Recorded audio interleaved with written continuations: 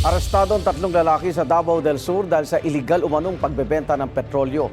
Sa bypass operation ng pulisya, nasabat ang mahigit 1,000 liters ng diesel at mahigit 100 liters ng gasolina. Tinatayang halos 200,000 pesos ang halaga niyan. Dinala sa opisina ng Davao del Sur Maritime Police Station ang mga nasabat na petrolyo para sa documentation at proper disposition. Walang pahayag ang mga naarestong suspect na maarap sa kaukulang reklamo. Arestado rin ang isang lalaki sa barangay Tanawan sa Placer, Masbate dahil din sa illegal umanong pagbebenta ng gasolina.